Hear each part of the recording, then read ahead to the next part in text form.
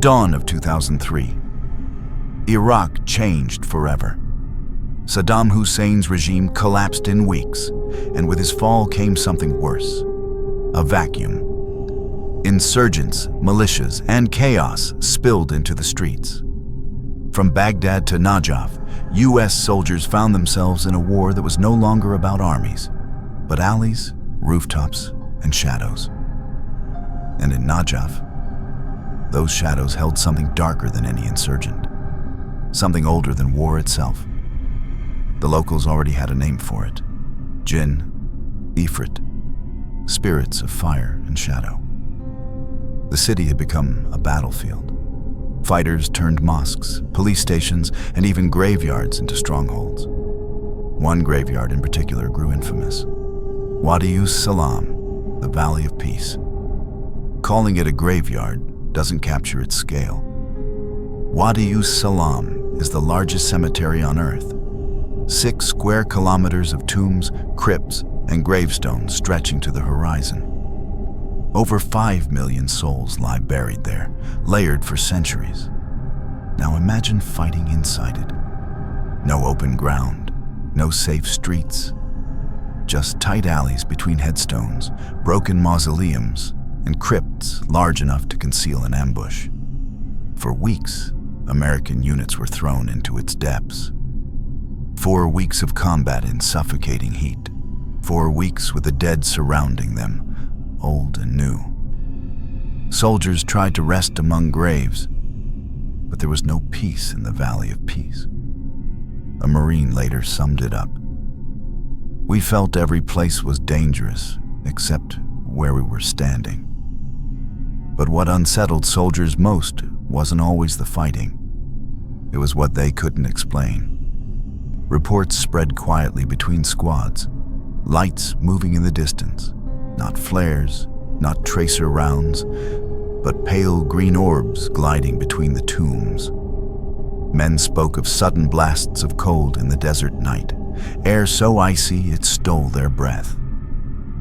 And more than one Marine admitted that when they stood alone on watch, they felt it. Eyes in the dark, following them, waiting just beyond their vision. Most dismissed it as exhaustion, combat stress, hallucinations from too little sleep. But for 2 men, one night inside Wadi Salam burned into their memory forever. That night was quiet. Too quiet. Sporadic gunfire echoed from Najaf, but inside the cemetery the chaos seemed to pause, as if the valley itself was holding its breath. Sergeant Mike Harris, 24, from Ohio, and Corporal David Ruiz, his radio operator from Texas, had been awake nearly 48 hours. Their nerves were raw, their bodies heavy. Every shadow looked like an enemy. They walked the maze of graves, M16A4s slung across their chests, boots crunching over stone and sand. The moonlight poured silver across the endless tombs, jagged like teeth rising from the earth. Finally, Harris leaned against a towering marker and slid down to rest, the cold stone pressing into his back. Ruiz stood watch, NVGs glowing across his tired eyes, scanning the dark alleys ahead.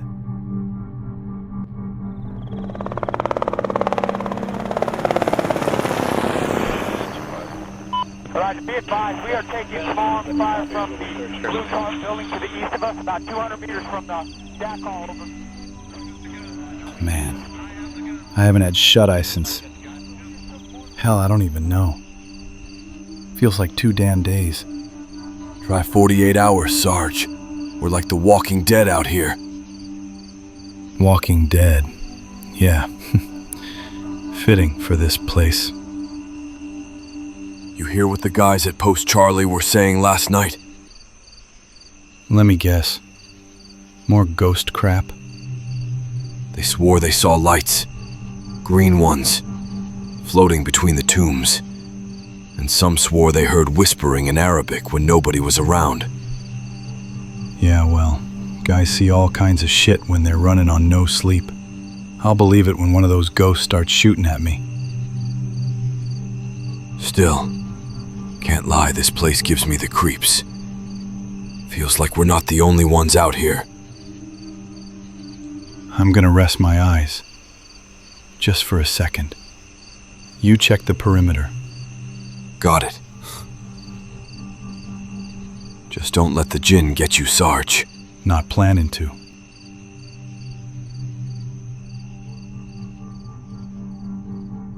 Minutes passed. Harris dozed, his helmet tilted back against the gravestone. Then he felt it. A tremor. A faint vibration beneath him.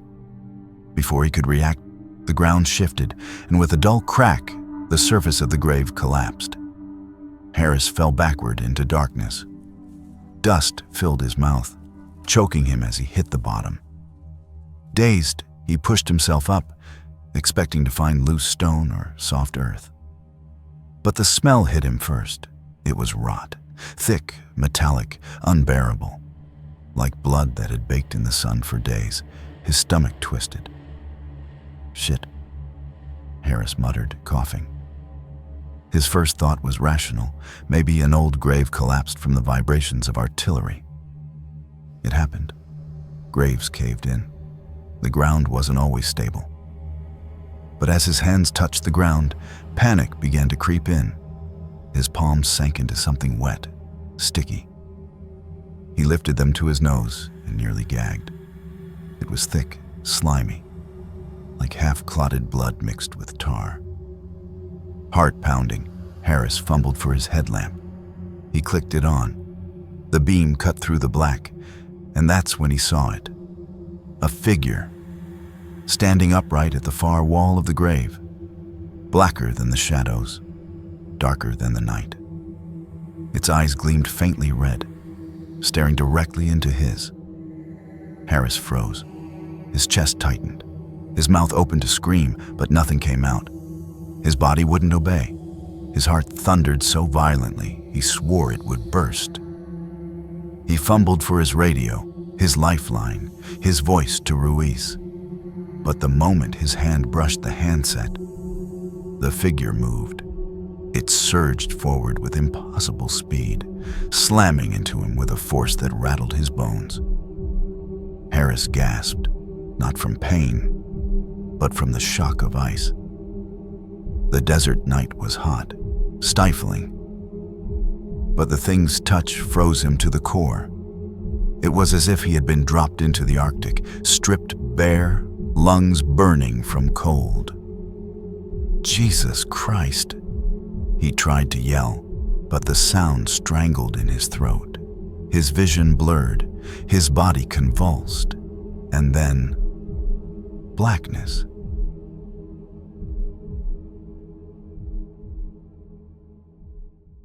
Hours later, Harris woke. He was no longer in the grave. Instead, he lay inside the barracks, drenched in sweat, his skin burning with fever. The medic's thermometer read 103 degrees. His head pounded, and every limb trembled as if he'd been pulled from ice water. At his bedside sat Corporal Ruiz. His face was pale, his eyes wide and shaken. Ruiz told him he had found him in the cemetery, down in that hole, lying motionless. He swore Harris hadn't been breathing when he pulled him out. Harris tried to croak out the only words that made sense. The grave. But Ruiz shook his head. There was no hole, no disturbed earth, nothing but solid stone that looked like it had been untouched for centuries. The next day, a squad swept the entire sector, suspecting maybe a hidden insurgent tunnel. They found nothing. No fresh soil, no signs of digging, no openings, only ancient stones weathered by time. Some dismissed it as exhaustion, maybe even hallucination brought on by combat stress and sleepless nights. But Ruiz never wavered. He swore on his life that he had seen Harris down in that grave, lifeless, and that he had dragged him out with his own hands.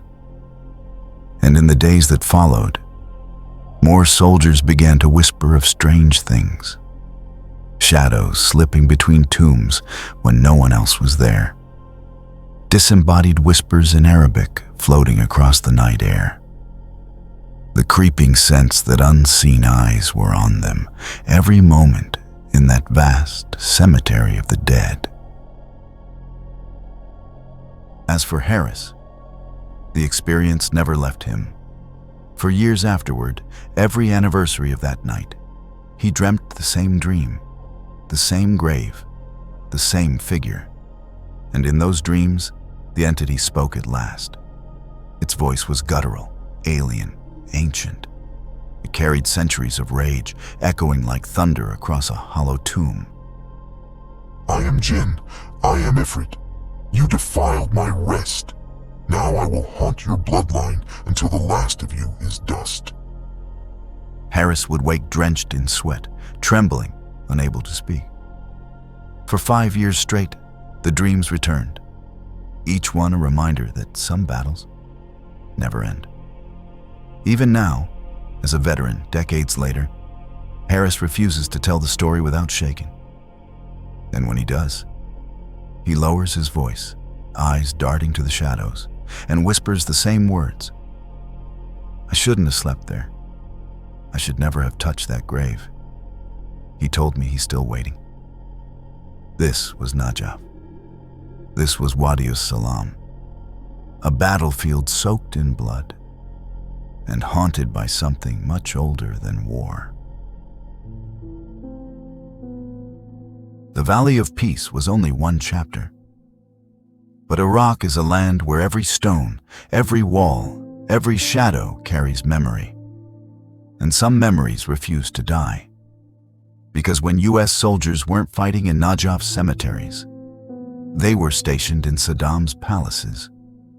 And those palaces, those golden halls of cruelty and excess, were haunted by something far darker than history. When Baghdad fell in April of 2003, Saddam's regime crumbled. The dictator vanished into hiding, but his empire of marble and stone remained. Across Iraq, dozens of palaces stood like relics of his twisted grandeur. Chandeliers hanging over ballrooms, golden faucets in bathrooms, murals of Saddam staring down from painted ceilings. But beneath the luxury lay a truth the locals knew well. These palaces were prisons, torture chambers, execution sites, places where men screamed, begged, and were silenced forever. And in Saddam's hometown of Tikrit, one of his most opulent compounds was seized and transformed into a U.S. base. Forward Operating Base Iron Horse, under the 4th Infantry Division. By day, soldiers patrolled its courtyards, ate chow in its marble halls, and staged missions from its ornate rooms. But at night, the palace seemed to breathe. Private First Class Aaron Mitchell, 4th Infantry Division, remembered his first guard shift inside the palace. Midnight, August heat pressing down like a blanket, the marble cold beneath his boots. He and 3 others sat in the grand hall, a cavernous corridor where Saddam's portrait still glared down from gilded frames. Their rifles rested across their knees. A sandbag barricade cut the hall in two, manned by tired eyes behind night vision goggles. At first, it was uneventful. Quiet, too quiet. Then the sound came. Footsteps, slow, heavy, echoing against marble. Mitchell froze, finger brushing the trigger of his M4. "You guys hear that?" he whispered. Specialist Grant nodded stiffly. "Yeah, someone's moving." End of the hall. Mitchell raised his weapon. His flashlight beam cut through the darkness, slicing over marble columns, polished floors, and shut doors. Nothing. But the footsteps didn't stop. They grew louder, closer, then silence.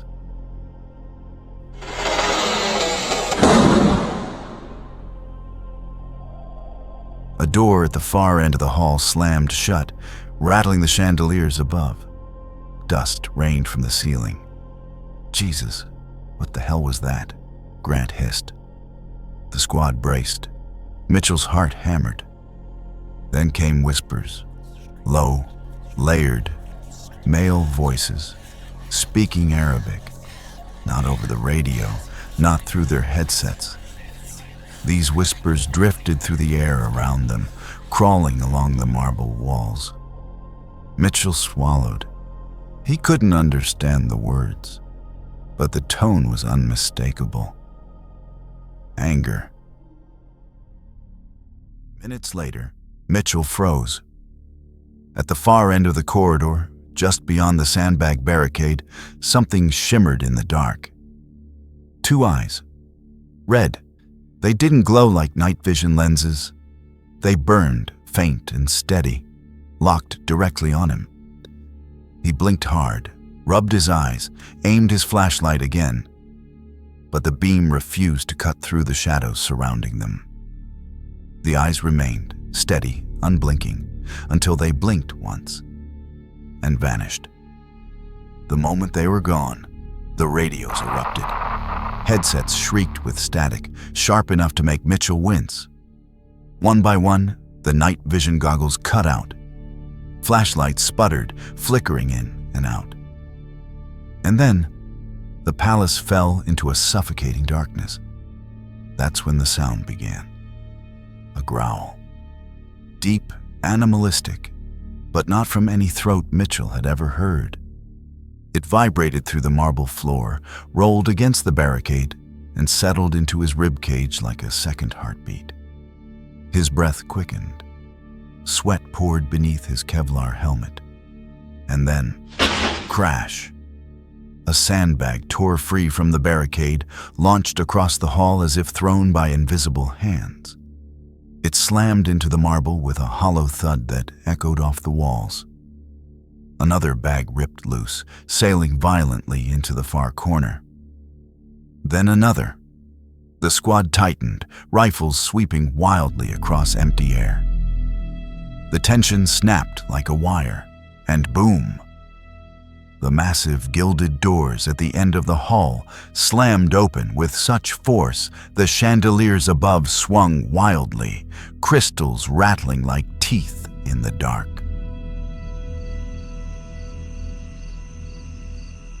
Tell me one of you did that. Please tell me. Don't screw with me, man.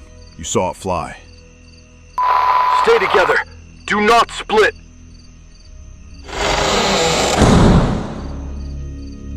Then what the hell is slamming those doors?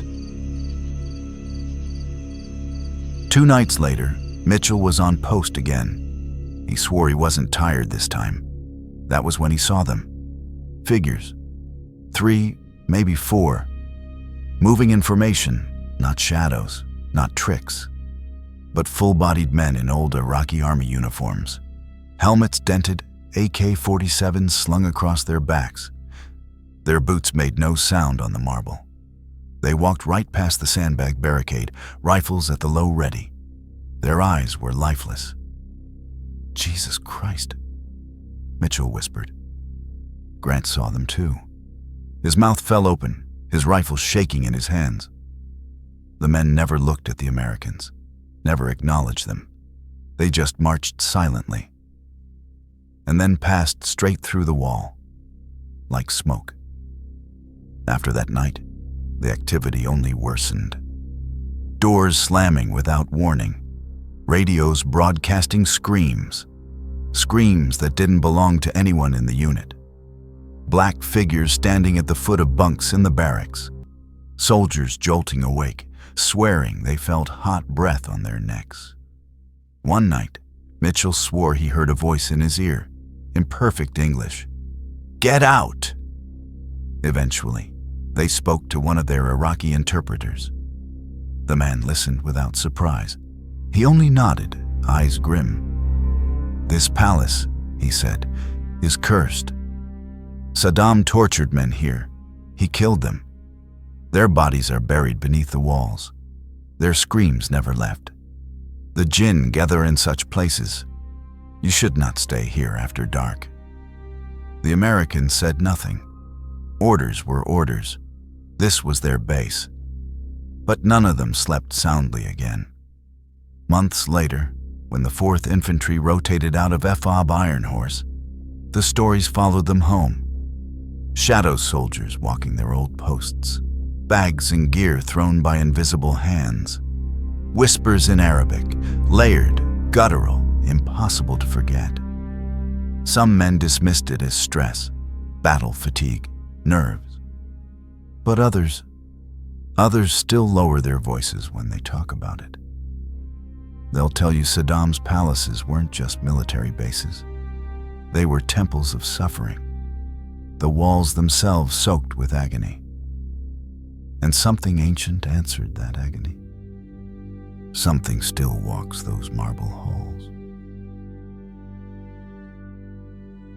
If Saddam's palaces were cursed by cruelty, then Babylon was cursed by time itself. Because long before Humvees and body armor, before the Ba'ath Party, before even Christ, this was the city of Nebuchadnezzar II, a jewel of the ancient world. The lions of Ishtar Gate stood guard.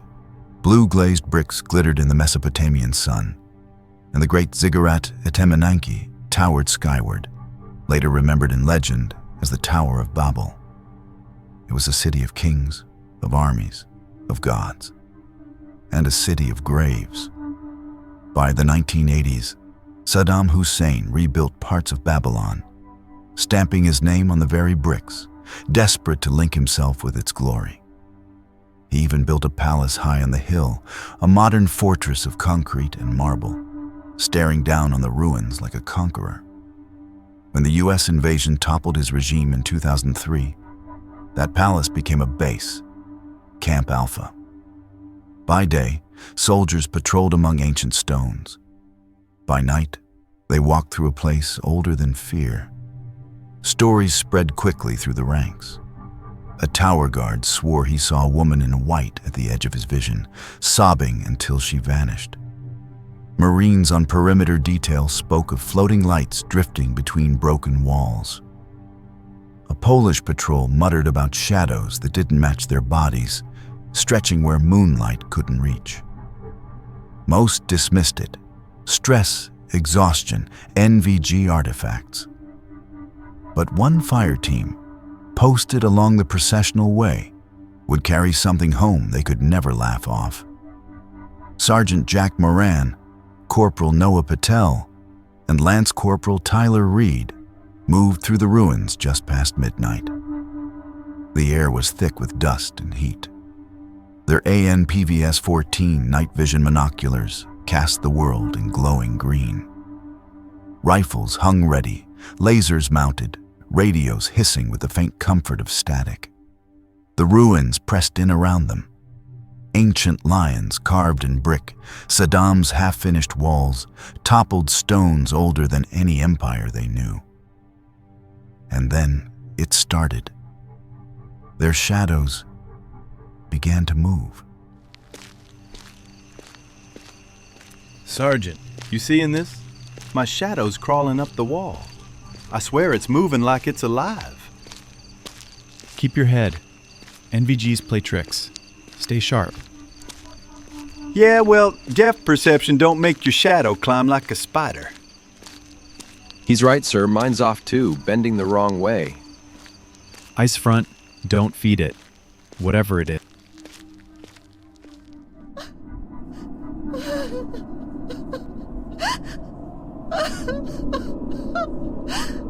It rose out of the ruins, thin, fragile. A woman's sob. At first it sounded distant, but then it spread, curling around them from every direction, like the ruins themselves were weeping. The sob grew into a wail. Low at first, then piercing, raw grief filling every hollow in the ancient walls. It wasn't just one voice. It was many, layered, countless, all crying at once. Patel pressed his radio, hissing for overwatch. The net answered with a broken phrase in Arabic, buried in static. Don't cry. But the wailing only grew stronger. The shadows thickened. They stretched across the ground, over walls, bending and merging until they became one shifting column of black. A great rising mass that blotted out the moon. Moran's chest tightened. His breath fogged his NVG lens for a second, impossible in the desert heat. His skin prickled with an icy sweat. And then came the light. A pale sphere, no bigger than a helmet, drifted into view down the lane. It glowed faintly, bone white, carrying no warmth. Through NVGs, it haloed like a blur. To the naked eye, it was brighter and wrong. Reed's M249 felt suddenly heavy, like gravity had doubled. His shadow on the wall lagged unnaturally, twitching and stretching toward the orb as if drawn to it. The wailing fractured into a scream. Dozens of voices, hundreds, colliding in grief. The orb flared, and for a split second they saw her face. A veiled woman inside the light, mouth stretched open in endless agony. Then it came for them. The orb shot forward with impossible speed. Reed stumbled back, panic bursting loose. His NVG cut out. His flashlight died. He was blind. He swore he felt breath against his cheek, damp, cold, intimate. Patel's radio spat a single guttural phrase. Atha Madinadi. This is my city. Then the shadows surged. They rose around them, a towering silhouette stitched out of pure dark. No eyes, no features, only a depth that consumed starlight. Moran felt the weight of it bend toward him, a head, a presence, pressing inches from his face. And then the voice came. Not loud, not a shout, but absolute. You walk in my city. You wake my dead. Leave. The last word struck like a hammer in their bones. Not heard, felt. And then silence. The orb vanished. The wailing stopped. The shadows snapped back flat against the earth. The ruins were still again. Just the wind. Just the generator hum from Camp Alpha. At dawn, they returned with reinforcements and an Iraqi interpreter from Hilla. The patrol lane was empty. No footprints, no heat signatures, nothing. The interpreter refused to step inside. He only stared at the processional way, his face drained, lips tight. Finally, he said, "This road, it was for the dead. They carried bodies here. The grief never left. Djinn live where grief stays." The squad said nothing. They logged the incident as equipment malfunction, unexplained audio. But among themselves, they gave the ruins a name. The Woman's Lane. The weeks that followed only added to it. One tower guard swore he heard a woman crying inside his helmet, even when comms were dead. A convoy driver claimed a tall black figure paced his Humvee at dusk, keeping speed until it melted into brick. Reed began waking every night at 2:17 a.m., the exact time his NVG had failed. Convinced a shadow stood at the foot of his cot. Back home, the shadows never left them. For Reed, it was the nights. He would jolt awake without warning, heart hammering, certain he had heard the sobbing again. Muffled, close, sometimes inside his own room. The dreams came in fragments, the orb flaring, the faceless mass rising, the command to leave.